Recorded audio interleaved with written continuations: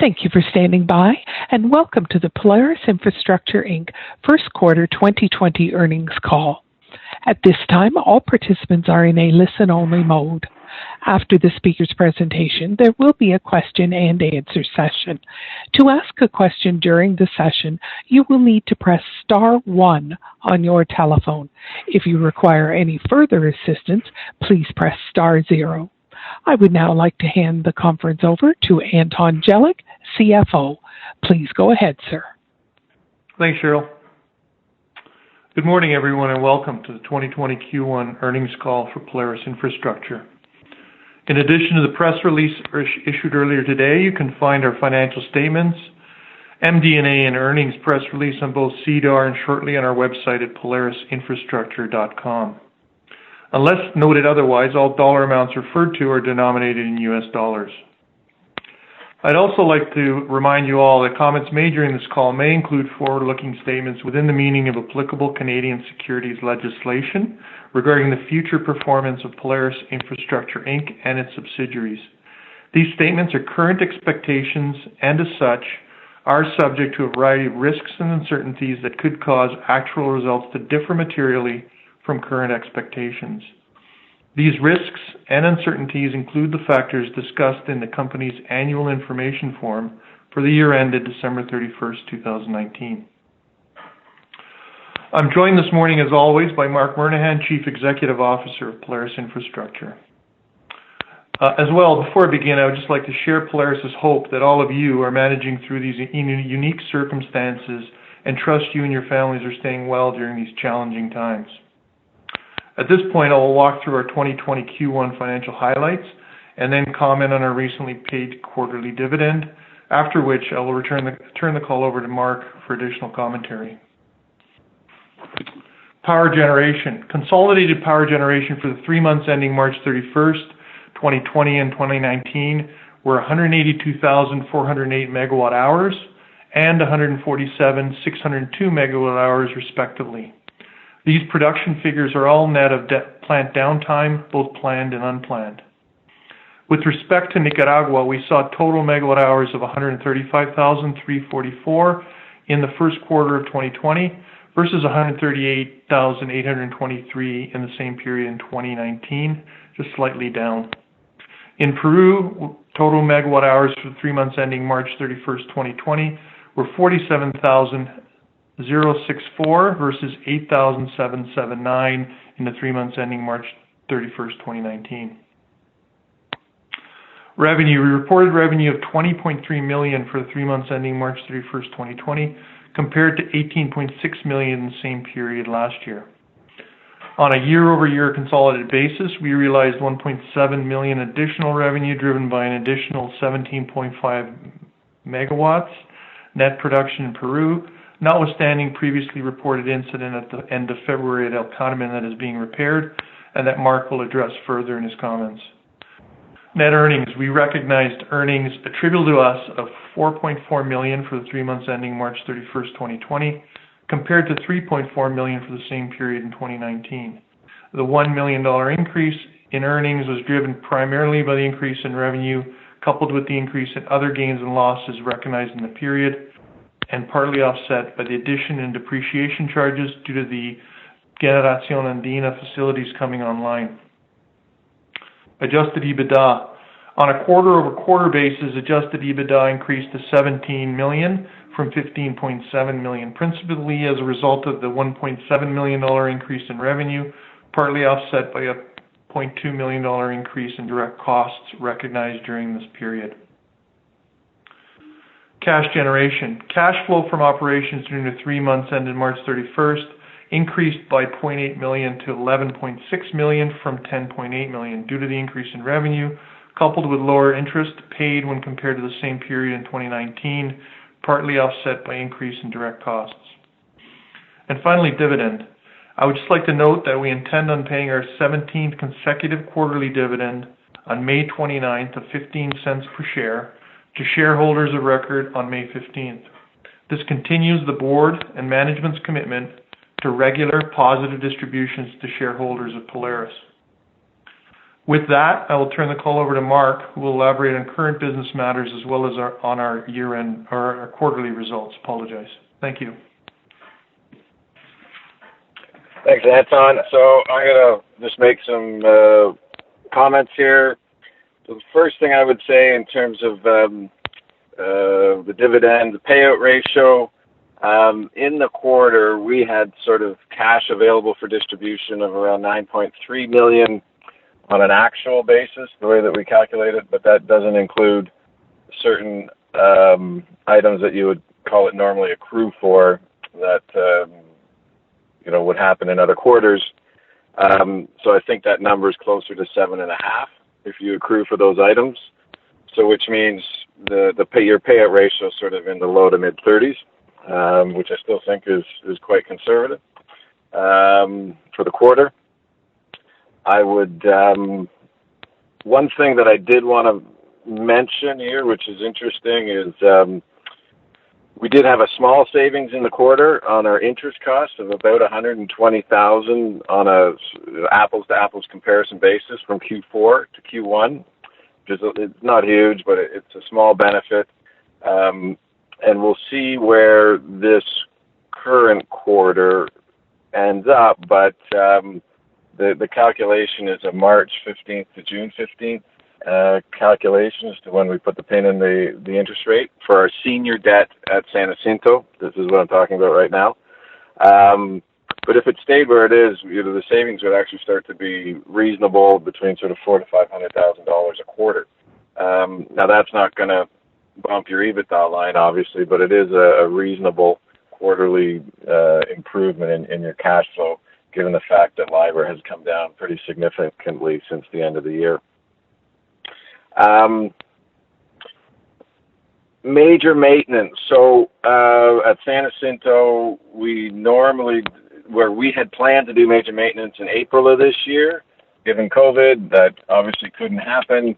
It's actually not there are certain parts that you need, spare parts, but it's more of a personnel issue. We have technical people coming from Japan and actually Colombia. The latest is, given that, if things do open up, we're hoping to do it in July. That's what we've been discussing with Fuji.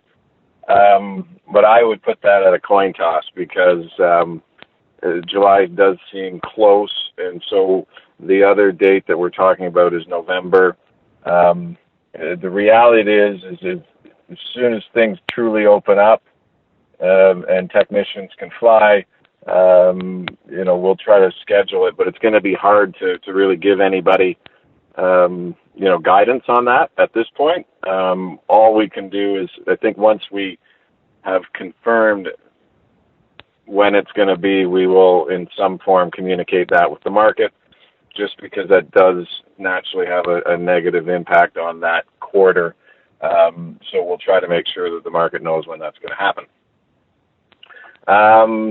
But that, this is something that we can easily wait. There's no urgency to do that right now. So it is something that can be postponed for a period of time. I want to mention El Carmen. So as people know, it was February 25th. We had an incident. It's been out of service since then. El Carmen is the 8-megawatt plant in Peru. We had originally targeted, call it sometime in May, to have it back in service. That is now looking like early July. There's just certain impacts of the lockdown in Peru that we cannot avoid. For instance, there's people were set to go to site. There's different technical people that need to go.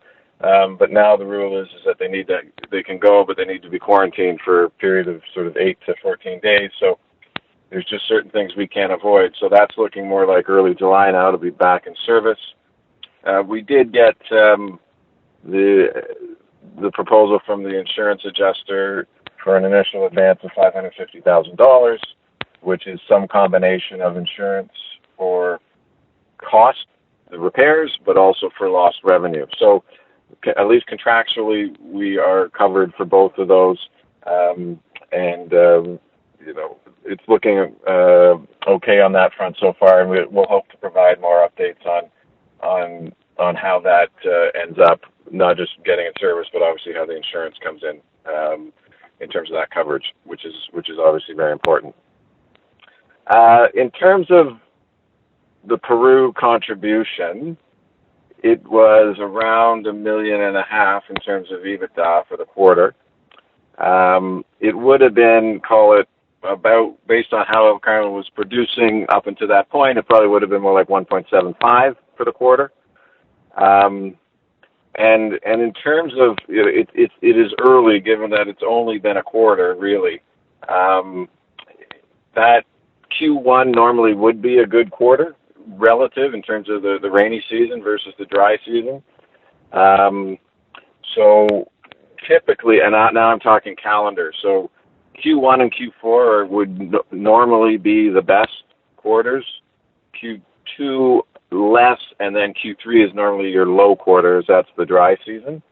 I would say that we would be, our availability, because Ocho de Augusta, which is a 20 megawatt plant, was put into operation literally December 25th. So it just started, and our availability for the quarter was around 82%. And normally it should be sort of mid to high 90s once you've kind of worked out all the teething issues. So I would say that the quarter, assuming you're back at, call it, or once you get to, which we seem to be now in terms of, April was 95% availability in terms of the plant operation. So I would say Q1 was, it's probably representative of a year in the sense that those teething issues kind of offset the fact that it was the rainy season. So that's sort of they sort of balance out. Now Q2, given that El Carmen is not going to be in operation now until Q3, that will be negatively impacted, and it's probably going to be in the 500,000 range, 500,000 to 750 for the quarter, based on El Carmen being out of service for the whole quarter. So that's sort of the operational comment. I think the main sort of where we are as a business comment is that, other than the El Carmen, I'd say the other three plants have been operating quite well. Things are, we've maintained very good production. We have taken measures to ensure operations, given that we are an essential service, and it's very important that we keep running. So that's been very good, and we continue to have measures in place to ensure the safety of the operators and the continuity of the operations. In terms of growing the business and moving forward, I would say that there's for sure delays, because there are things we can do in terms of analyzing, even legal documentation that we have already been working on. So you can do a lot of that remotely, but it's for sure delays it somewhat. And it's hard to comment exactly when, but we do want to see some, at least travel restrictions start to lighten up to be able to, what I would call, truly execute. We can move the pipeline forward and continue to get that pipeline moving, and but in terms of executing on it, it's going to be somewhat delayed. So it's hard to comment specifically as to what that means until we see how the world opens up here. But what I would say is I think the net is it's likely going to be a bit slower, but the niche that we're looking in, I think the economic opportunity is going to be better, given the shakeout of all this. So the opportunities we're looking at typically, are looking for capital, looking for partners, and I think that's going to just get harder here. So I think we are positioned quite well to take advantage of that in the next, call it 3 to 6 to 9 months. So that's it for my comments. So we can open up for questions now.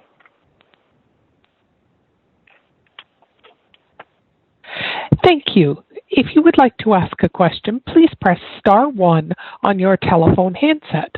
We'll pause briefly to compile the Q&A roster. And again, that is star 1 to ask a question.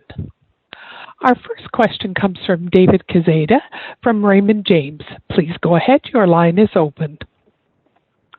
Great. Thanks. Good morning, everyone. My first question here, just a quick clarification, actually. The 500K to 750K you mentioned, was that the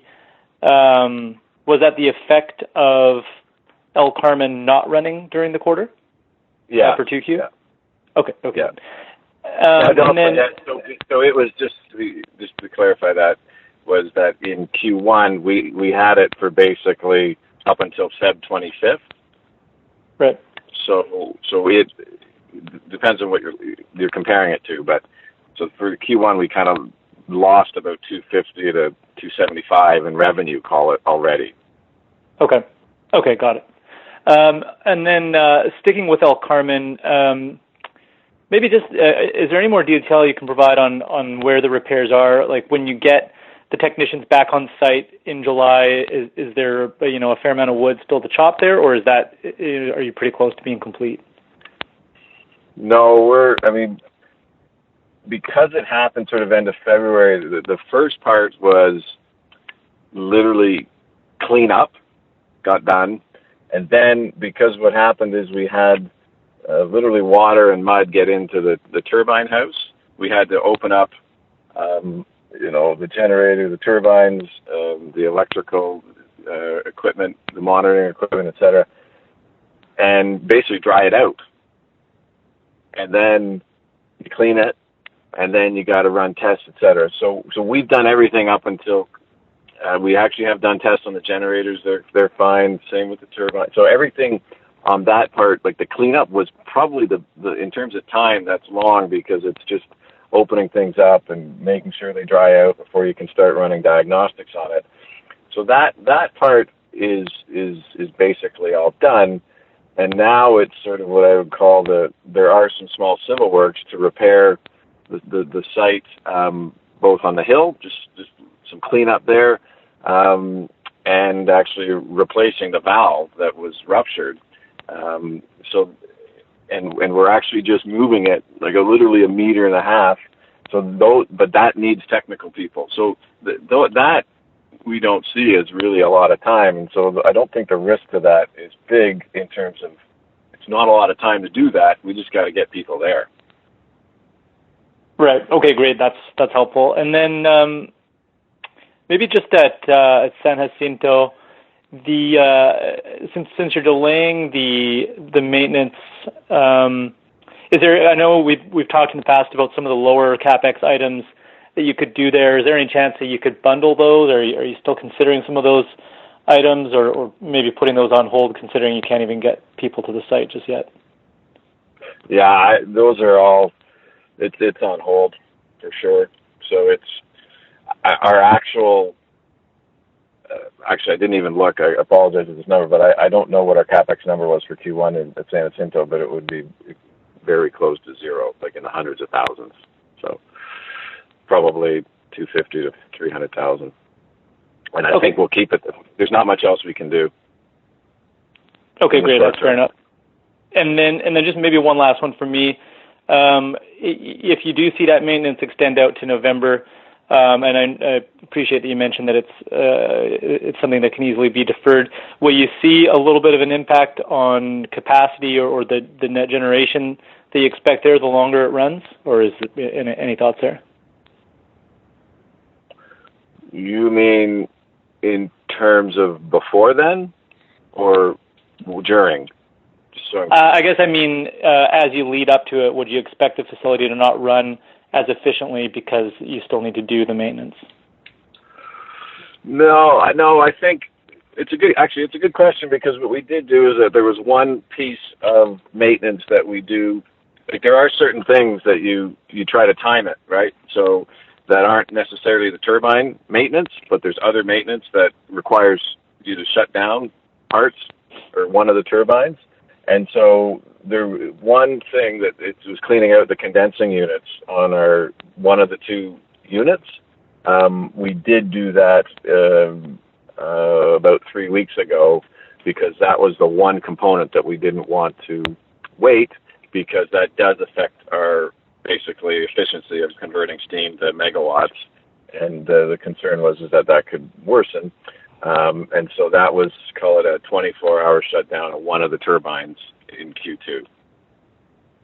But that's the only one. That's the only one that we see. Great. Thanks for that, Mark. I'll get back in the queue. Thanks.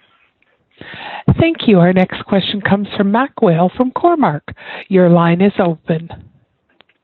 Hi. I think my questions have been answered, but I was wondering, Mark, if you could, with delays on development, do you see any change?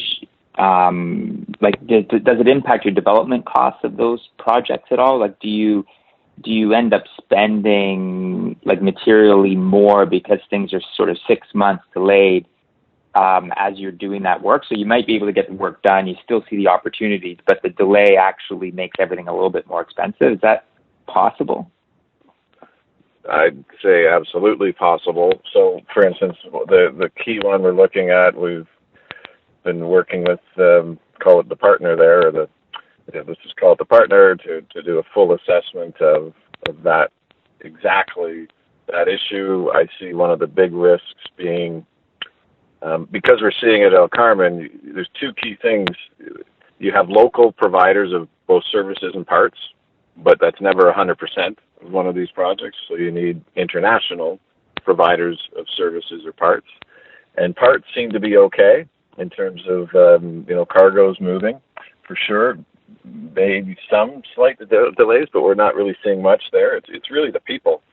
Whether it's, a turbine technician, a generator technician, so even like the penstock, the tubing for the penstock is pretty technical. So that's where, those conversations are happening as we speak in terms of every one of the areas of a project is, okay, what is that risk?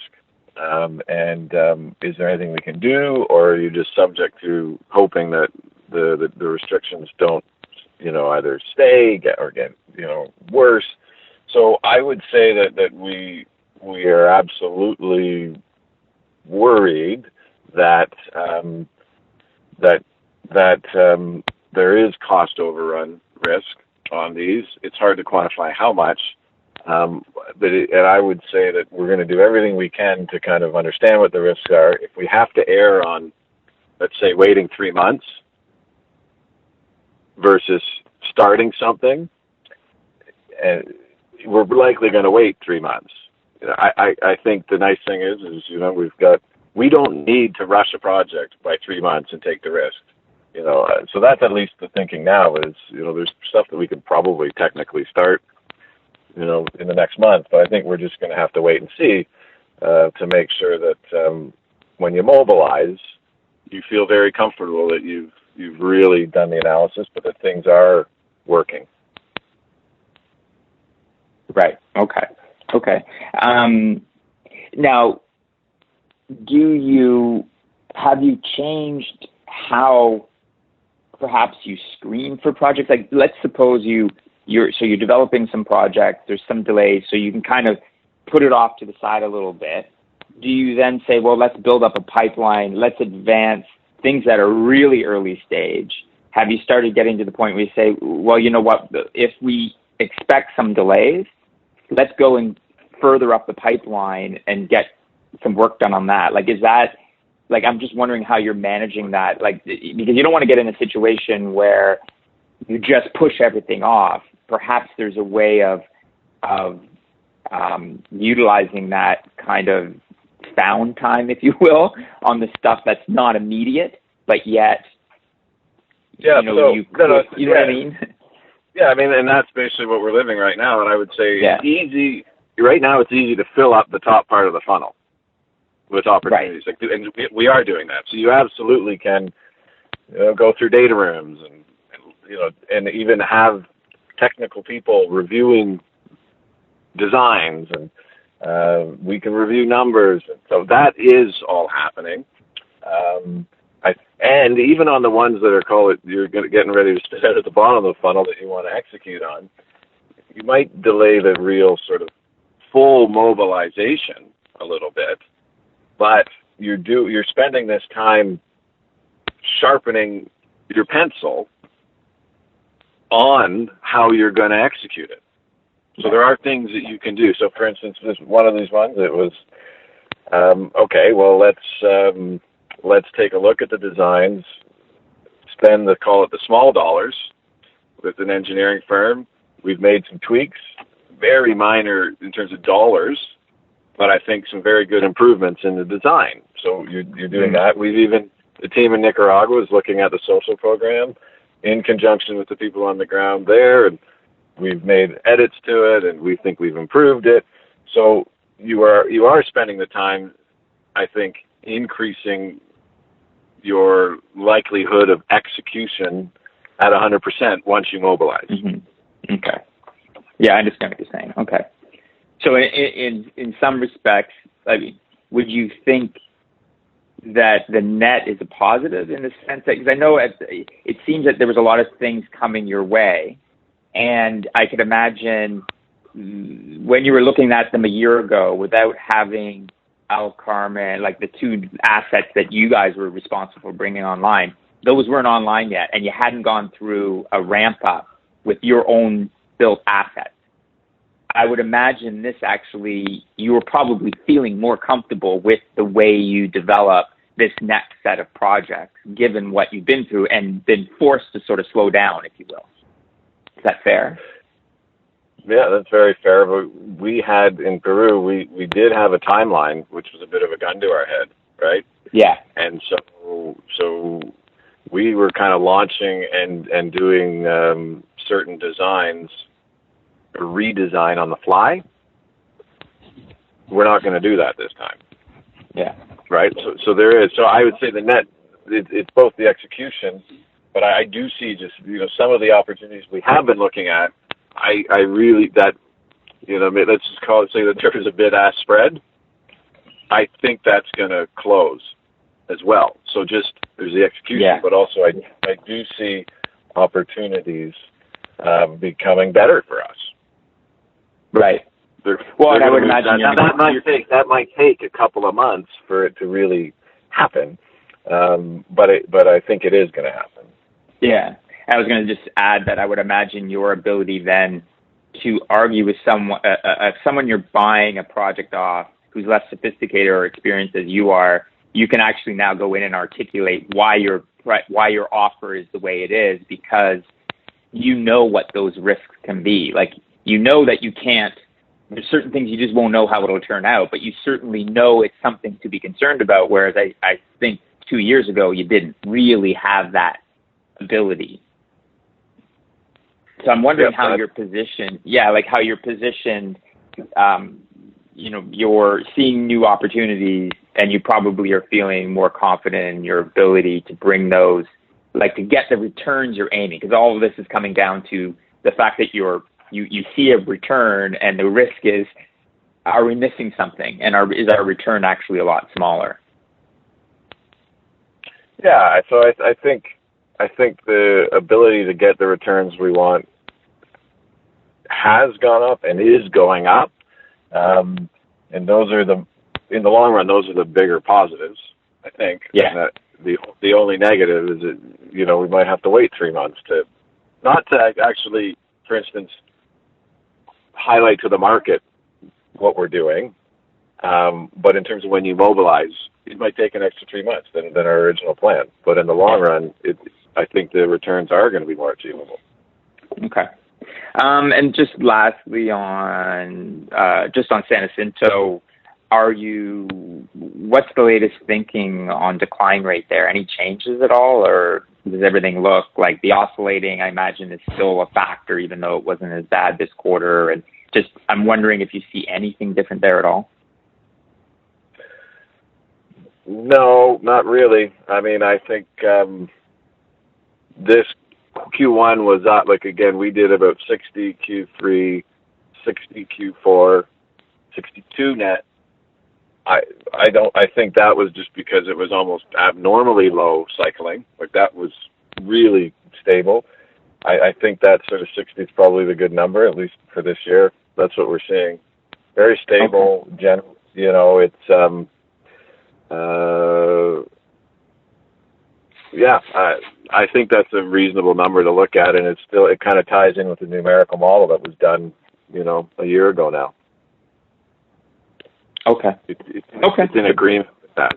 Yeah. Yeah. Okay, that's all my questions. Thanks, Marc. Thanks, Marc. Thank you. And again, if you would like to ask a question, please press *1.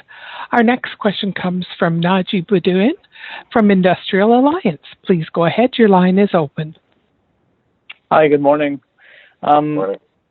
Just wondering, as you're working through that pipeline of investment opportunities that you have ahead of you, I'm just wondering if you can quantify, the magnitude of what that looks like, let's say over the next 12 months. How much of that pipeline would you place in a high probability of execution bucket? Again, I think of it in terms of sort of a funnel analogy. If there's sort of 20 at the top coming in, 7 to 10 where you're seriously working, and then I'd say there's sort of 3 to 4 that get through that phase that actually we could likely move ahead if we wanted to, as opposed to we're the gating item, not the other side.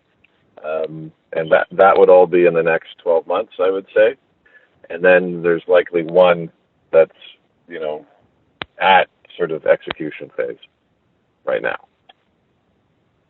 And is that, maybe just the range would be helpful. Is that a 10, 20, 30 megawatt type of opportunity?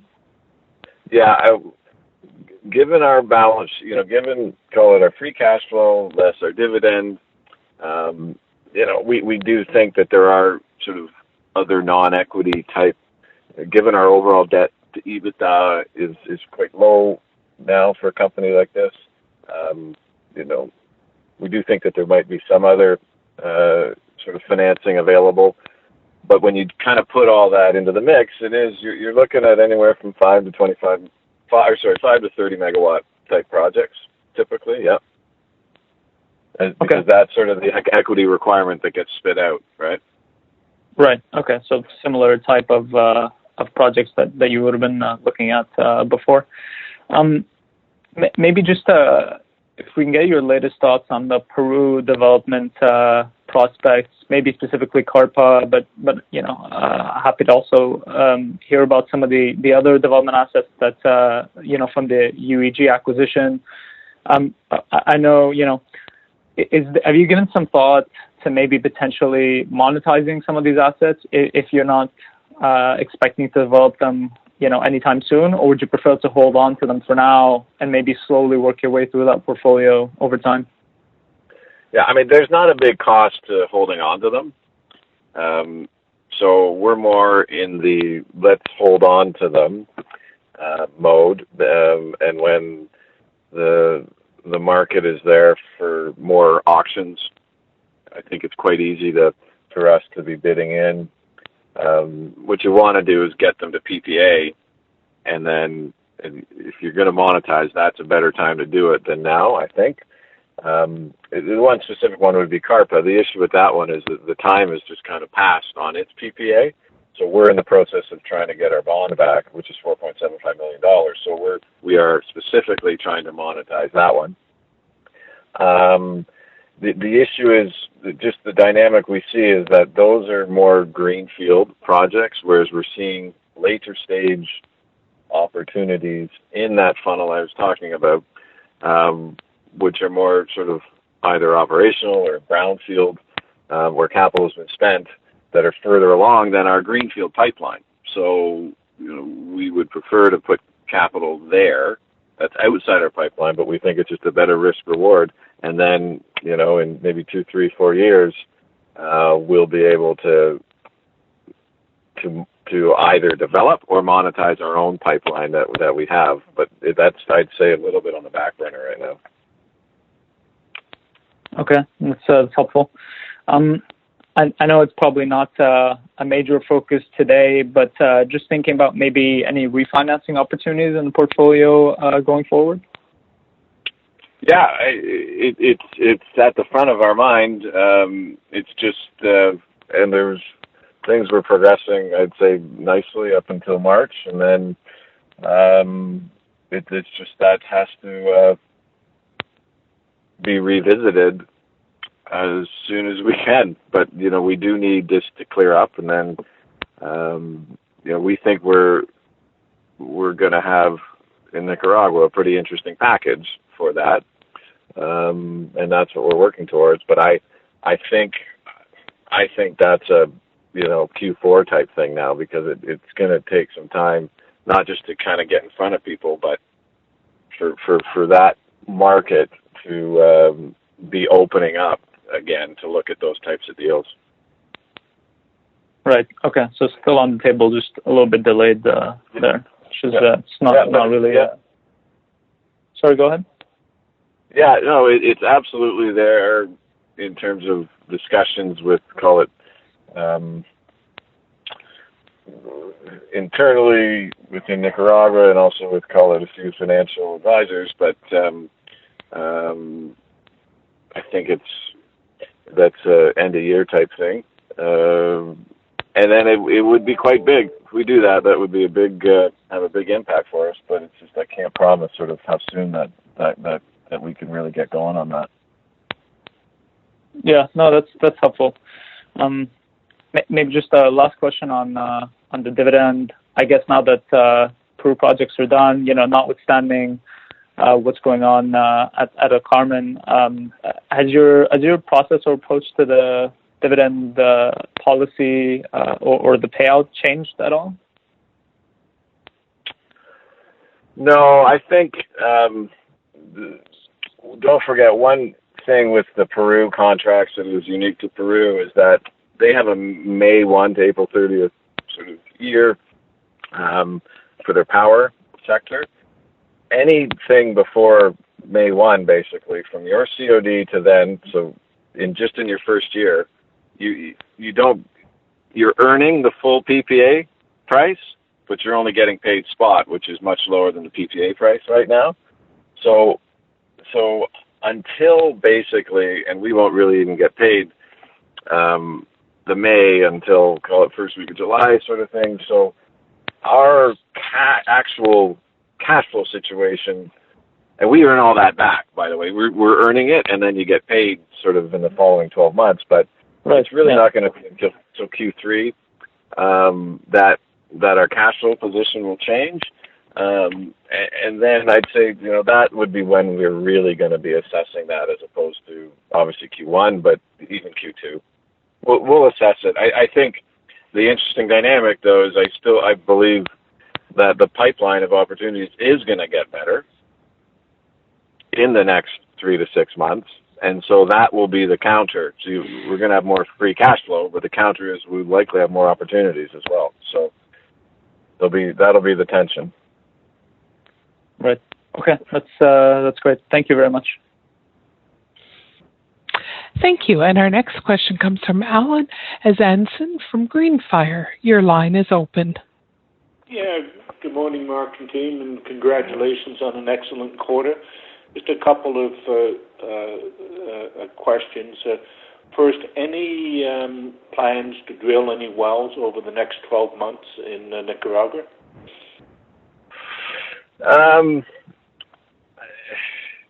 There is no plans. What we're, I would say, slowly coming back around to is that, and we've had conversations with lenders, and I wouldn't even say the next 12 months, but maybe the next 24 to 36. To the extent we want to improve production there, we do think call it a binary unit that's not a fully maximized binary unit, but let's say 7 or 8 megawatts instead of 12. And there's a reason for that, but as I sit here today, I think that would be the next thing. If we were to increase any capital spending there, it would be that, as opposed to drilling more wells. I think it's lower risk, for sure, but also, we do think the field has reached sort of a level of stabilization, and we'd prefer to to go a binary unit if we do anything. Okay. And a follow-on question in terms of, you've now established a pretty successful track record on developing these smaller projects in country, yet the market is not giving you any type of multiple as a developer, particularly with the pipeline that you can attract. What plans do you have to try to move that ball along the side? Some of your other competitors with much less EBITDA and much more pipelines are getting outrageous valuations, and I still see yours kind of stuck in a very low range in terms of a multiple. Yeah, so I think the best way is to, one, we can continue to do things within our own free cash flow, and then the other is we are looking to try to either partner with people, strategic or financial, to continue to grow the business outside of the market, and then which I do think will help the public market. And then if it doesn't, then there are other ways to try to collapse that gap. I don't think, from my perspective, we're not at the point of saying, okay, let's crank up the dividend, let's start buying back stock yet. And part of the reason I say that is, before the COVID, we were actually getting traction in the market. And part of that was ESG interest, and I do think that will come back. So, and it also requires me pounding the pavement and being in front of people. So I think the combination of that took us from $11 to $17, and I'm hopeful that'll come back. I just need to be in front of people, and I also think we can deliver not just stuff on the pipeline, but some, call it the market. We need to show the market that we can actually grow the business without coming to the market, and that's what we're going to do. Yeah, no, that's an excellent answer, Marc. The only thing that I puzzle on is your strategy of kind of reaching for the smaller incremental projects, which significantly adds to your cash flow and minimizes delays and et cetera. I'm just wondering if you partner and reach for a larger one, whether that allows or gets the market attention is the best way to phrase it. Yeah, so I think it does. I think it is. There's a limit at call it $12. And to be clear, we have some very interesting ones that would absolutely be attention getters that are bigger than the ones I've talked about, where you would need to either partner or you're having to do some form of, call it less dilutive, preferred share financing, and so that is there. And so I agree with you in terms of getting the attention. I think, but I think we'd like to get back to that world of 16, 17, 18. Because there are limits in terms of what you can do in terms of going after these opportunities and financing it in a way that has absolutely nothing to do with your share price. Yeah, it's not accretive at the current price. I can understand that. And have you looked at the NRCan $750 million fund that the federal government announced, and it's specifically to partner with green initiatives. It's not restricted to Canada, and they are handing out big checks. That one specifically, no. Okay, well, that's great. Again, congratulations on a great quarter, and stay safe, and your team did excellent. Likewise. Good talking, Alan. Thank you. Thank you, and that concludes the questions at this time. I'll turn the call back to management for closing comments. No, go ahead, Marc. I'm good. No, I'm good.